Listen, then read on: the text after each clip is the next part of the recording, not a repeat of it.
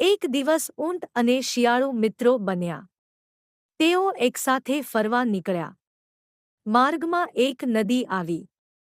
શિયાળાએ ઊંટને કહ્યું, મને નદી પાર કરાવે, હું નાનો છું ને તરતો પણ નથી. ઊંટે કહ્યું, ચાલ, મારી પીઠ પર બેસી જા. શિયાળુ ઊંટની પીઠ પર ચડી ગયું અને બંને નદી પાર કરવા લાગ્યા.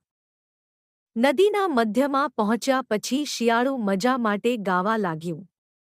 તેના અવાજથી ઊંટના કાન દુખી ગયા.